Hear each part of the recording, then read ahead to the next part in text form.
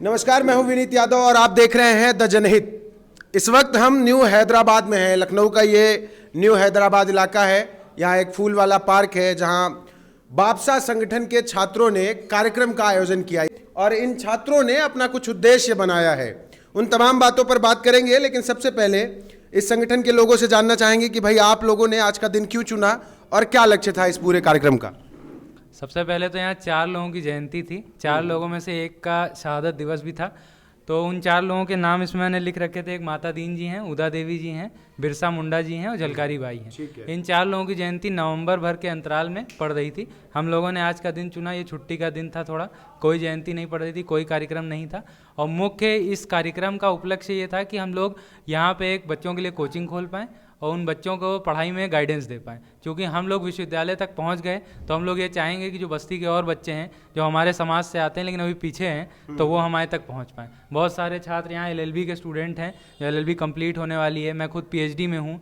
ऐसे करके अलग अलग क्षेत्रों से आते हैं, तो हम लोग बच्चों की मदद कर पाएँ, उनको गाइडेंस कर पाएँ, काउंसिल कर पाएँ। ये हमारा आज का उद्देश्य था। जो भी पिछड़े समाज हैं, जो लोग शिक्षा को अभी भी शिक्षा से वंचित रह जाते हैं, तो हम लोग जितना हो सकता है शिक्षा के प्रति चीज़ों को हम लोग अपनी तरफ से जितना कर सकते हैं उतना हम लोग करने की कोशिश करेंगे। ये छोटे कम उम्र के बच्चे, छोटे नहीं कहूँगा, ग्रेजुएट हैं, कुछ अगर डॉक्टरेट की उपाधि लेने जा रहे हैं, PhD कर रहे हैं, तो बहुत छोटे तो नहीं है, लेकिन इतने तो कह सकते हैं कि उन तमाम लोगों से तो छोटे हैं जिनके ऊपर जागरूक होने की जिम्मेदारी थी असल में। और इनकी जागरूकता का ये आलम है कि एक छोटे से हाल में जब कार्यक्रम करते हैं तो उद्देश्य बहुत बड़ा रखते हैं। लोग कहते हैं कि SC ST OBC के जो लोग हैं सवर्ण आरोप लगाते हैं साफ तौर पे कि ये लोग पढ़ते लिखते तो हैं, लेकिन पढ़ने लिखने के अलावा ये आरक्षण से नौकरियां पाते हैं, इसलिए काबिल लोग नहीं होते नौकरियों के। इसका देखिए जवाब क्या दिया जाए। इसका ये मतलब है कि एक तो जो है सीधी सीधी बात है कि हम लोग पहली बात तो कम आ पाते हैं, बहुत ही कम लोग हैं जो आवाज़ बन पाते हैं हम लोगों की। तो जो नौकरी तक पहुँचे हैं वो ऑलरेडी कम है, और उसके बाद जब वो लोग ये आरोप लगाते हैं तो उनका जवाब देने वाले कम हैं। अभी हम लोग यहाँ पे अगर संगठन बना के खड़े हैं तो हम आपकी बात का जवाब दे रहे हैं, नहीं तो कोई नहीं होता यहाँ जवाब देने वाला। और जब तक जवाब मिलता नहीं है तो अगला आरोपित करता रहेगा। लोग कहते हैं जो हमारे समाज के बच्चे हैं, जो OBC SC ST समाज के बच्चे हैं, जब वो पढ़ लिख के ऊपर जाते हैं, नौकरियां पाते हैं तो उनको आरक्षण मिलता है, उनमें काबिलियत नहीं होती, वो बस आरक्षण की वजह से वहाँ दया दृष्टि पे वहाँ नौकरी पा जाते हैं।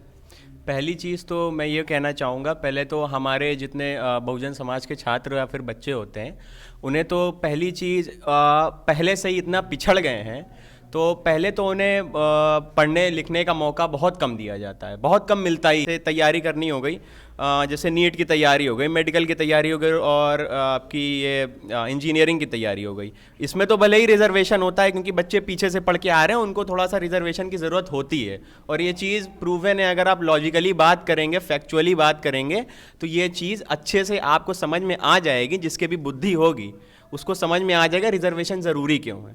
और जब भी वो रिजर्वेशन से आके अपने कॉलेजेस में आते हैं तो वहाँ पे क्राइटेरिया होता है कि इतने परसेंटेज से आपको पास करना ही पड़ेगा। वो सारे बच्चे जितने रिजर्वेशन से आए होते हैं और जितने अपर कास्ट के होते हैं, सारे बच्चे उसी पासिंग मार्क्स को क्रॉस करके जाते हैं आगे, और उसी पासिंग मार्क्स को क्रॉस करके पूरे अपने सेमेस्टर क्लियर करते हैं।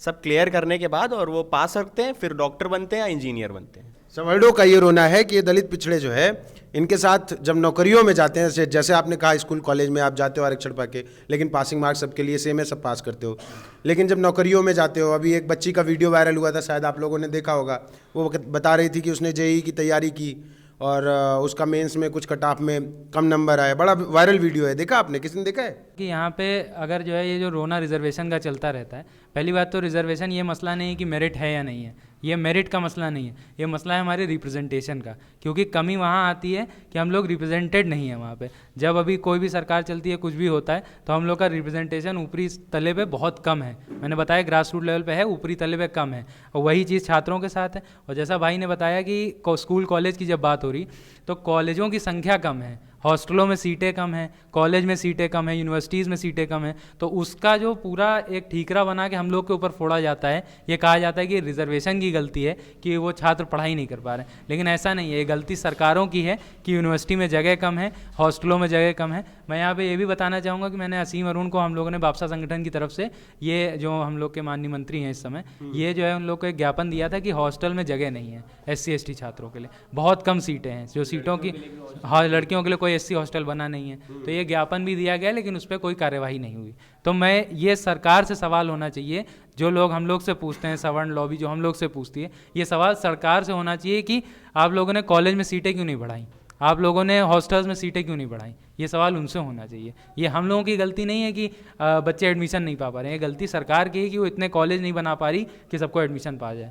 मंदिर बनाने के लिए पैसा है, हर चीज़ बनाने के लिए पैसा है, कॉलेज यूनिवर्सिटी में लगाने के लिए कोई पैसा नहीं है। ठीक है, क्या नाम है दोस्त?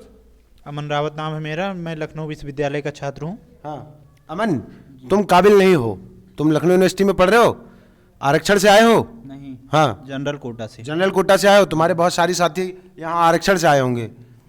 हाँ बोलो, आए हैं कि नहीं आए? आपको चाहिए आरक्षण? बिल्कुल मैं लेता हूँ यार, मैं तो चौड़े से लेता हूँ। कोई है जो कहेगा मैं नहीं लेता हूँ? मैं तो लेता तो हूँ। नहीं मिलता है। किस कैटेगरी? सवर्ण कह रहे हैं कि नहीं मिलता उनको भी है। मिलने लगा है, EWS मिलता है हाँ। 10%, और उनकी जो पॉपुलेशन है उस हिसाब से कम है, रेशियो के हिसाब से। और 11 पैनल बैठी थी सुप्रीम कोर्ट की जजों की, हाँ। और उसने बताया EWS से, सॉरी, हाँ। ये जो रिजर्वेशन है अगर ये आर्थिक आधार पे दिया जाएगा तो इससे देश को नुकसान है। आप बताइए, आपके घर पे जो आय प्रमाण पत्र बनता है वो 48,000-51,000 का बनता है। आपके घर में जो टोटल इनकम है पूरे ईयर की वो कितने की है? मेरे घर में यार अब इनकम तो नहीं जोड़ी, लेकिन 48,000 नहीं जो है। लोग कहते हैं रिजर्वेशन गलत है, रिजर्वेशन लाने का मकसद क्या था? आर्थिक, राजनीतिक और सामाजिक रूप से जो पिछड़े वर्ग लोग के हैं, जो अभी उत्थान नहीं हुआ है जिस वर्ग समाज विशेष का, हाँ। उसको समता मूलक समाज में लाने का था। वो तो कहते हैं कि अब समानता आ गई है तो खत्म कर दो। छुआछूत खत्म कर दीजिए। जो लोग कहते हैं रिजर्वेशन गलत है उनसे बोलिए, रोटी बेटी का रिश्ता रखेंगे आप हर घर से।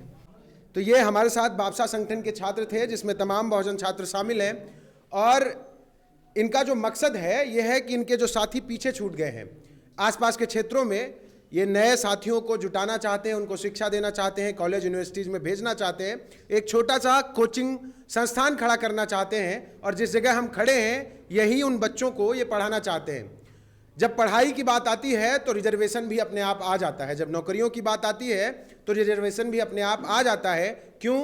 क्योंकि जो आजकल कोटा ले रहे हैं वो कोटा ले लेके कोटे का विरोध करते हैं, और जब वो विरोध होता है तो ऐसे ही छात्र जो यूनिवर्सिटीज़ में पढ़ रहे हैं वो उनका जवाब दे सकते हैं, या कहिए कि वो बता सकते हैं कि क्या ये काबिल हैं या नहीं है, क्या इनके पास काबिलियत थी यहाँ आने की या नहीं थी। इन छात्रों ने हमें उन सारे सवालों का जवाब दिया है। अगर आपको हमारा वीडियो पसंद आया हो तो चैनल को सब्सक्राइब जरूर करिएगा और कमेंट बॉक्स में अपनी राय जरूर बताइएगा। धन्यवाद।